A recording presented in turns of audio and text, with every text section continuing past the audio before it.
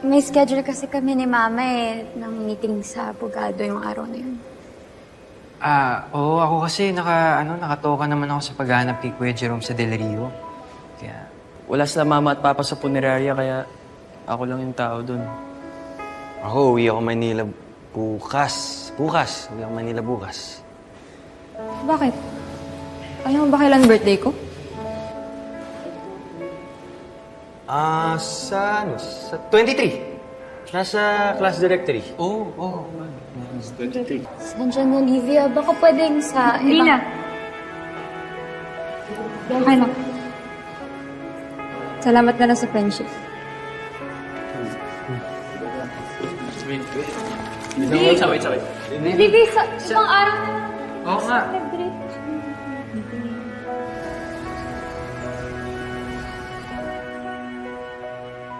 Happy birthday to me. Happy birthday to me. Happy birthday, happy birthday. Happy birthday to me.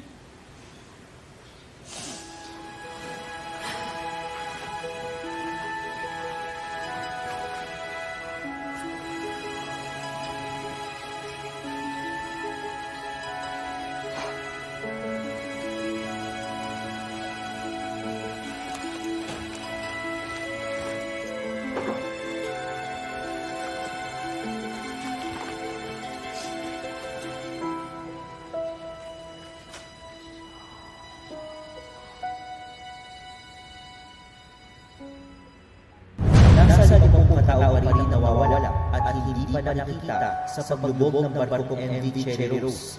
Happy heavens na rin, Daddy. Kalimang taon nyo na po na hindi tayo magkasama. Dati po nalulungkot ako. Pero nung nakilala ko sila JC sa Macau, kahit pa paano nabawasan man po yung lungkot.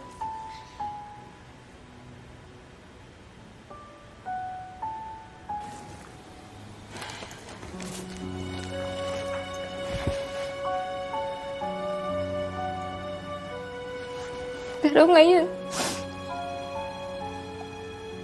parang mag-isa na naman ako, Dad. Gaya na lagi kong nararamdaman sa bahay na to.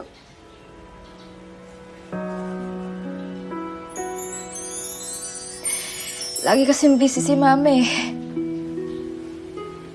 Hindi sa mga kapatid ko, sa trabaho. Pero naiintindihan ko naman yan.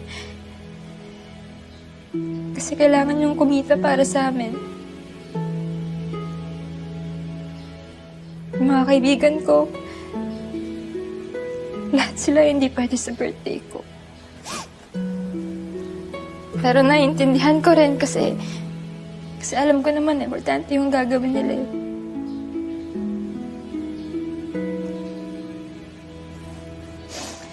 Malungkot lang, Dad.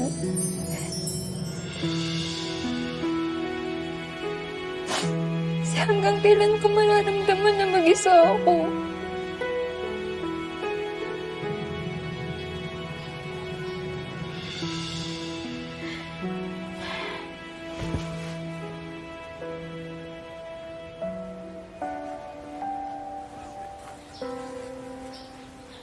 Kahit pa paano kapag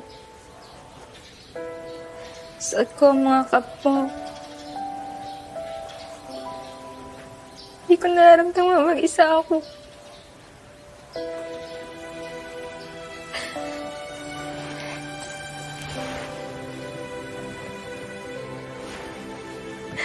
Miss na kita, Dad.